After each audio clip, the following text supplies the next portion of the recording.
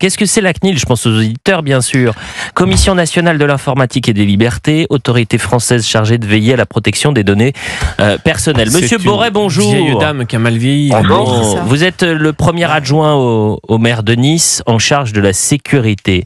Alors, j'imagine que vous êtes désemparé. Qu'est-ce que vous pouvez faire là? C'est qui le patron à Nice? C'est la CNIL ou c'est le maire? Décision scandale. Vous l'avez les uns et les autres. Alors, monsieur Borret, ça coupe. Je ne sais pas si c'est la CNIL qui fait ça, mais vous avez un problème de réseau. Donc, peut-être on n'a pas entendu votre première réaction. Allô? Oui, monsieur Borret, est-ce que vous m'entendez? Oui, je vous entends. Voilà, je vous entends mieux. Merci.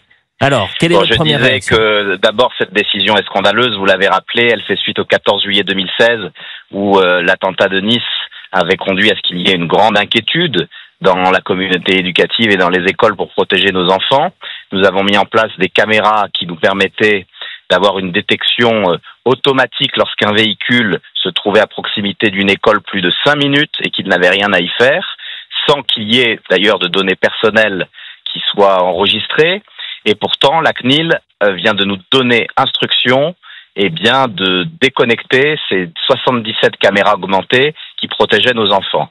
Nous allons aller devant le Conseil d'État car nous pensons qu'il n'y a aucune donnée personnelle et qu'il n'y a aucune raison de démonter ces caméras. Nous lançons une grande pétition sur le site jeparticipe.nice.fr en mobilisant toute la communauté éducative niçoise et du pays pour pouvoir faire évoluer la législation, car la CNIL se retranche derrière la loi, mais la loi c'est celle des parlementaires, voilà. Et il appartient aux parlementaires de se saisir de ce sujet. Alors, monsieur Borret, justement, parce que c'est comme pour les maires qui refusent de marier les OQTF ou les étrangers sans papier, qui se retrouvent hors la loi. C'est-à-dire qu'en fait, la loi, elle est mal faite, si je comprends bien. Monsieur Borret, est-ce qu'aujourd'hui, vous êtes contraint, forcé, sous peine d'être condamné, de faire ce que vous demande la CNIL? Parce que je vous parle en tant que journaliste. J'ai vécu le 14 juillet 2016 sur le terrain. J'y étais à Nice.